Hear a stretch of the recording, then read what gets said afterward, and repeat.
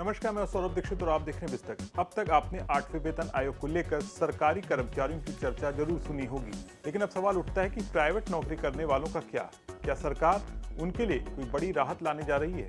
तो इसका जवाब है हाँ, बिल्कुल। सरकार करोड़ों प्राइवेट कर्मचारियों को सोशल सिक्योरिटी के दायरे में लाने के लिए पीएफ यानी प्रोविडेंट फंड से जुड़ा एक बड़ा बदलाव करने की तैयारी में है।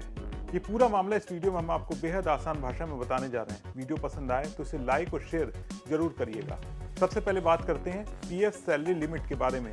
पीएफ सैलरी लिमिट का मतलब है आपकी बेसिक सैलरी का वो हिस्सा जिस पर पीएफ कटना कानूनी रूप से जरूरी होता है। अभी तक नियम की बात करें तो पीएफ की सैलरी लिमिट है 15,000 रुपए। अगर आपकी बेसिक सैलरी 15,000 रुपए से ज्यादा है तो पीएफ कटवाना आपकी और कंपनी की मर्जी पर है।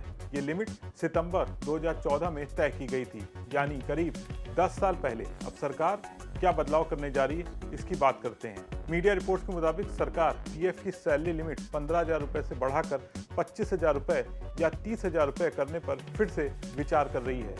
इसका मतलब है कि जिन कर्मचारियों की बेसिक सैलरी 25,000 रुपए से लेकर 30,000 रुपए तक होगी, उनका पीएफ अपने आप कटेगा और रिटायरमेंट फंड मजबूत होगा। इस प्रस्ताव पर एम्प्लॉयज प्रोविडेंट फंड ऑर्गेनाइजेशन और लेबर मिनिस्ट्री गंभीरता से मंथन कर रही है। तो अब बात करते हैं ये फैसला पहले क्यों टल गया था। दरअसल सरकार पहले भी पीएफ लिमिट को 25,000 रुपए करने पर विचार कर चुकी है, लेकिन कंपनियों ने इसका विरोध किया था। कंपनियों का कहना था इससे उन पर पीएफ का खर्चा बढ़ जाएगा। दूसरी ओर कर्मचारी यूनियन इस लिमिट को 30,000 रुपए से करने की मांग कर रही है, क्योंकि आज की महंगाई और बढ़ती हुई सैलरी के हिसाब से 15,000 रुपए की लिमिट बहुत पुरानी हो चुकी है।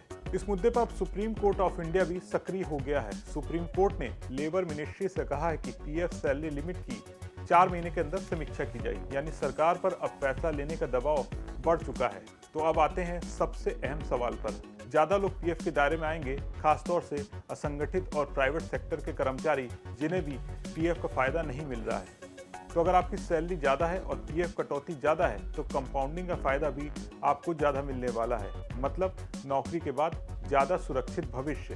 पीएफ सिर्फ सेविंग नहीं है, ये रिटायरमेंट का सहारा है और इमरजेंसी में सुरक्षा भी मिलती है। हाल ही में ईपीएफओ ने पीएफ निकासी नियमों में कुछ ढील दी है, लेकिन साथ ही ये जरूरी किया है कि खाते में कम से कम 25% का बैलेंस बना रहना चाहिए। इसका मकसद ये सुनिश्चित करना है कि रिटायरमेंट के वक्त कर्मचारियों के पास कुछ न कुछ जरूर जमा रहे। तो कुल मिलाकर 8वें वेतन आयोग के बाद अब सरकार की नजर प्राइवेट नौकरी करने वाले लाखों कर्मचारियों पर है। अगर पीएफ सैलरी लिमिट वाकई 25,000 रुपए या 30,000 रुपए हो जाती है तो करोड़ों कर्मचारियों को इसका फायदा मिलेगा। सोशल सिक्योरिटी मजबूत होगी और रिटायरमेंट ज्यादा सुरक्षित होगा। तो अब देखना यह है कि सरकार कब और किस लिमिट पर अपना अंतिम फैसला लेती है। इस पूरे मामले पर आपका क्या सोचना है, कमेंट करके बताएं और बिजनेस जगत की तमाम बड़ी खबरों को देखने के लिए बने रहें बिस्तक के साथ।